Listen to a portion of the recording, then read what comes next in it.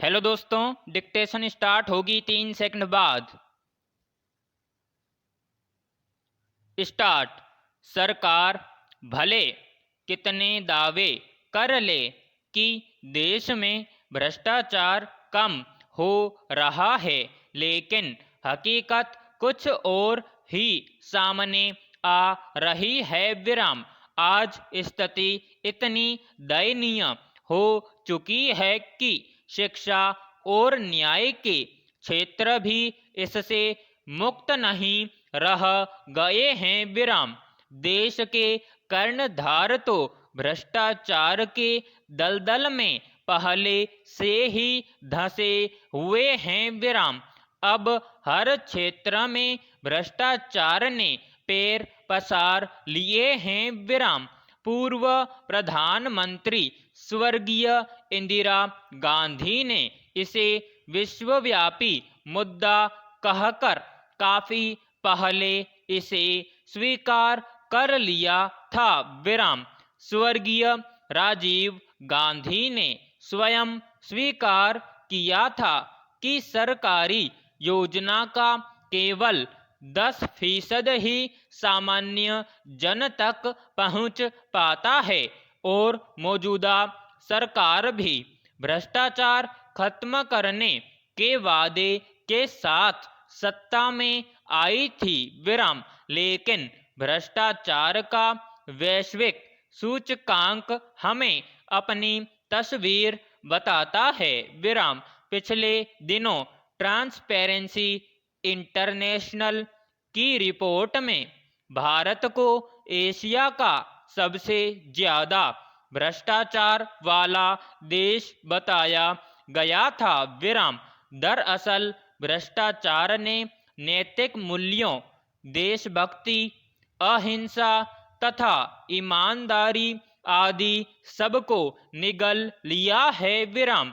शिक्षा के क्षेत्र में भी भ्रष्टाचार ने अपने पैर मजबूत कर लिए हैं। विराम। आए दिन नकल करने, पैसे से अंक बढ़वाने और पीएचडी की डिग्रियां बिकने के समाचार मिलते रहते हैं। विराम।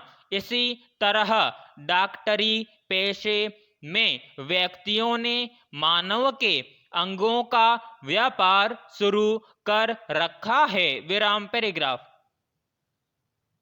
पहले सुनते थे कि पुलिस बदमाशों के साथ मिली भगत रखते हैं, परंतु आज पुलिस स्वयं ही अपराधों में लिप्त है। विराम। देश में पुलिस की स्थिति क्या है, यह उत्तर प्रदेश के विकास दुबे कांड से साफ हो गया। विराम। समस्या यह है कि भ्रष्टाचार के दानव से कैसे मुक्ति पाई जाए। प्रश्न।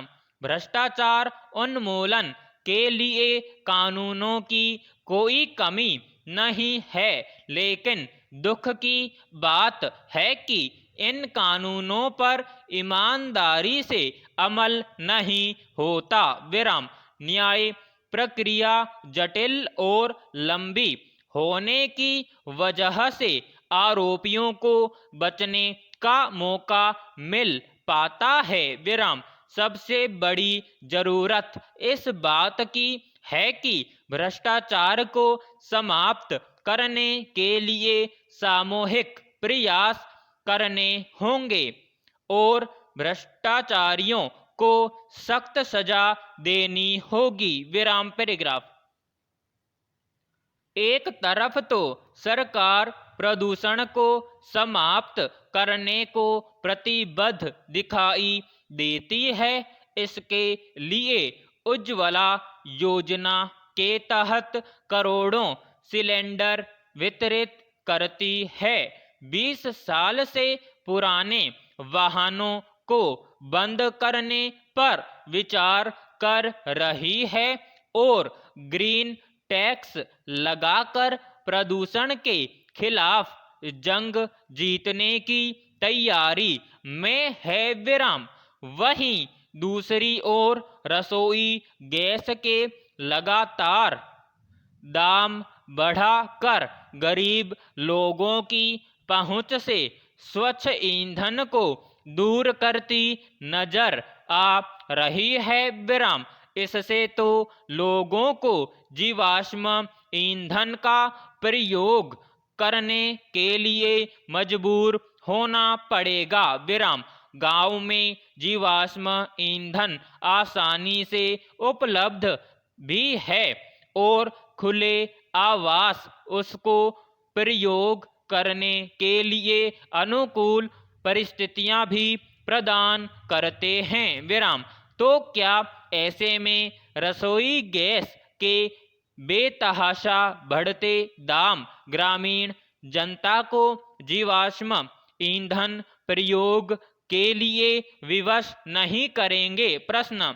दूरदर्शी और सुसंगत नीतियों से ही आम जनता का कल्याण संभव है। विराम अगर देश की जनता का विकास होता है तो देश का भी विकास होता है, क्योंकि दोनों एक दूसरे के पूरक हैं। विराम इसलिए हाशिए पर पड़े वर्गों को संबल प्रदान करना सरकार की सबसे बड़ी प्राथमिकता होनी चाहिए। विराम समाप्त।